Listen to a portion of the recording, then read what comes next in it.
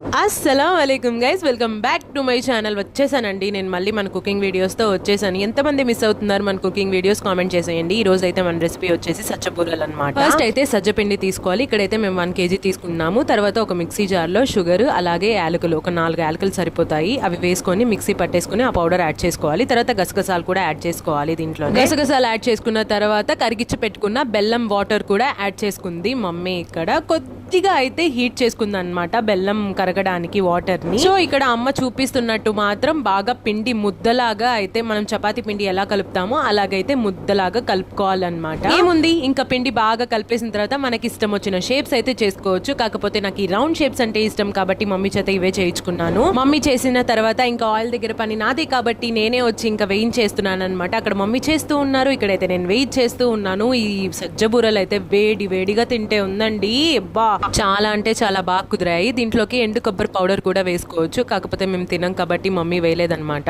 అయితే ఇక్కడ నేను చూపిస్తున్నాను కదా, ఈ కలర్ లోకి వచ్చిన తర్వాత తీసేసుకుంటే సరిపోతుంది. మీకు క్రిస్పీగా చాలా అంటే చాలా బాగుంటాయి. ఒకసారి ఇలా ట్రై చేయండి. నచ్చినట్లయితే లైక్ చేయండి. Thank you so much, bye.